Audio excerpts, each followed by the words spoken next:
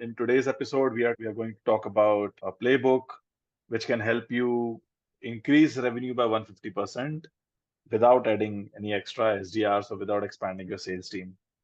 So, Shaunak, take it away.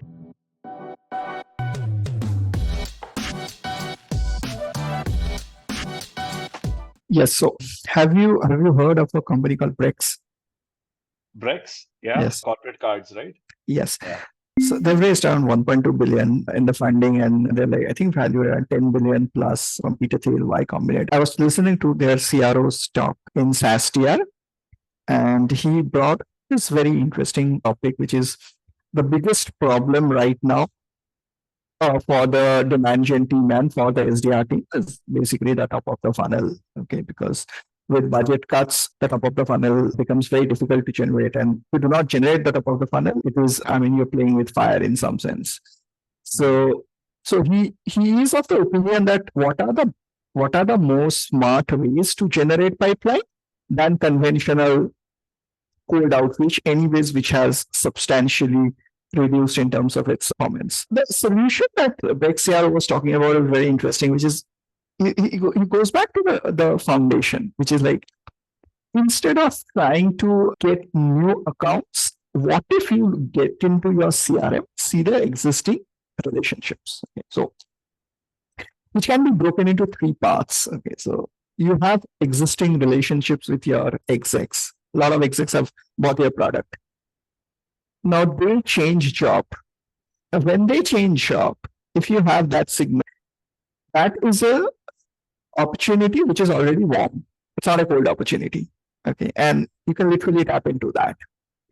The second approach is you have a lot of champion users who love your product, especially if you're a PLG driven company.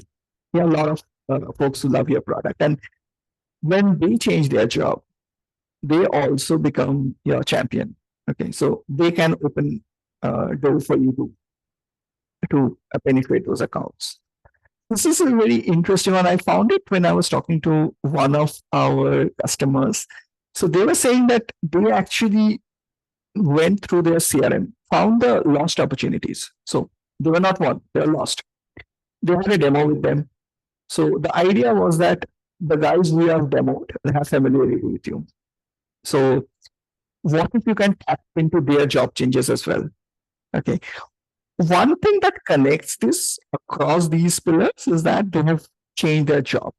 So that's kind of a trigger which tells that they might have budget right now, and if they put your ICP, it's a great place for you to start reaching out.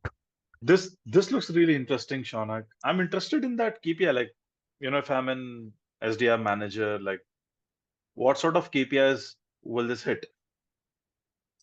Yes. So first one is email to meeting ratio because these are warm opportunities. Second is the qualified pipeline because you will be tying it with some sort of ICP qualification. The accounts that you're going to get will be qualified. And obviously, the third one is your customer acquisition cost will reduce primarily because these are warm existing relationship. You are not targeting them through LinkedIn or Google ad, so that without spending extra dollar, you are generating a more pipeline. So these are pretty much the KPI that you take a look at. Shaunak, I'm wondering, like, I can understand how CAC will reduce and qualified pipeline will increase because you're talking to people whom you have already spoken with. But email to meeting ratio, like, how would that KPI be met? Can you share that? Yeah, primarily two drivers for that. First is the relationships are warm. So when you are reaching out to them, you already have a reference that you have already worked in this company and we had served you. So that's like a first reference. So that's kind of takes care of that trust at all time low.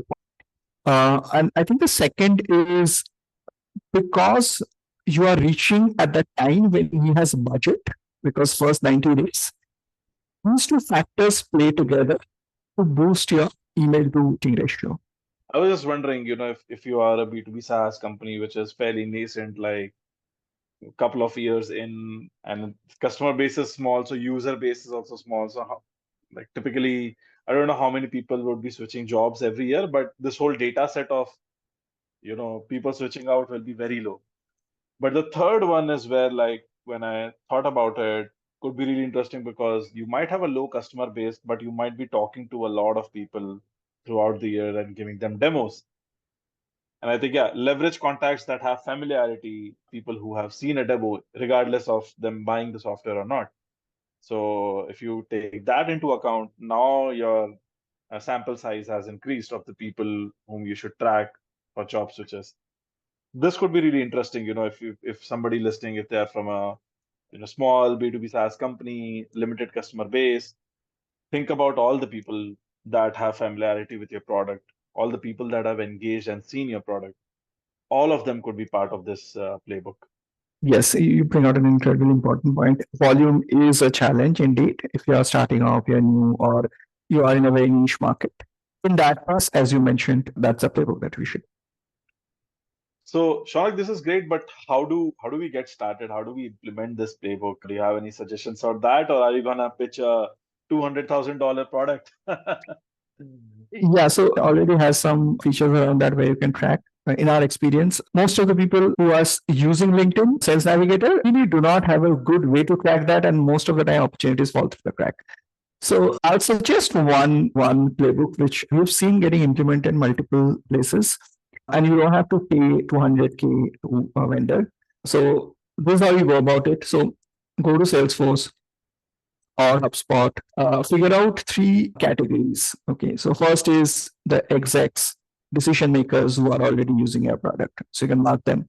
Second is your champions, and third is your lost opportunities. Okay, you can mark them the contacts. Okay, in case you are using PL, some product led motion, you have your user base in some other in other place, other database. You have to bring them, but then you need a master list.